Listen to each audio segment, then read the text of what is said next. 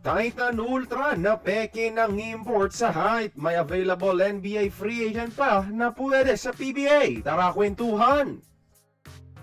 Isa sa mga dark horse import ngayong conference ay ang reinforcement ng Titan Ultra na si Michael Gilmore, mga idol.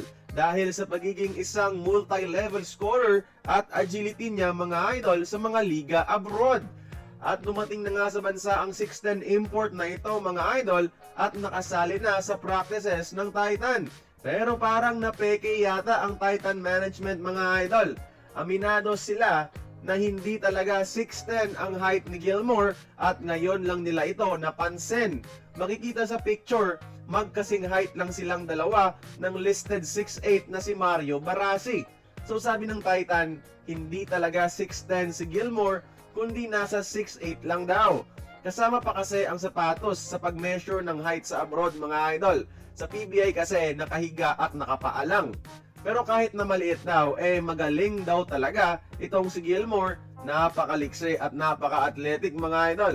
Sadyang concern lang talaga na 6'8 lang siya habang nasa above 6'10 ang mga kalaban niyang import. Tignan na lang natin ang magiging performance niya pagdating mismo ng conference.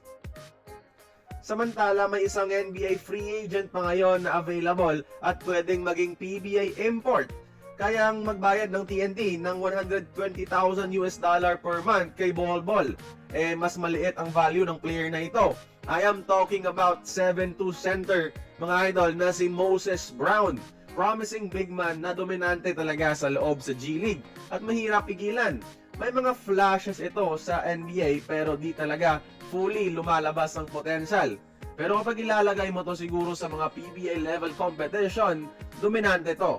Nasa G League lang siya ngayon at madali lang yan i-buy out yung kontrata as experienced by Converge. Suggestion ko lang ito dahil available siya ngayon. Pero baka magbago isip ng mga mayayaman na teams like SMB at kung gusto nilang magpalit import, available pa itong si Moses Brown, mga idol.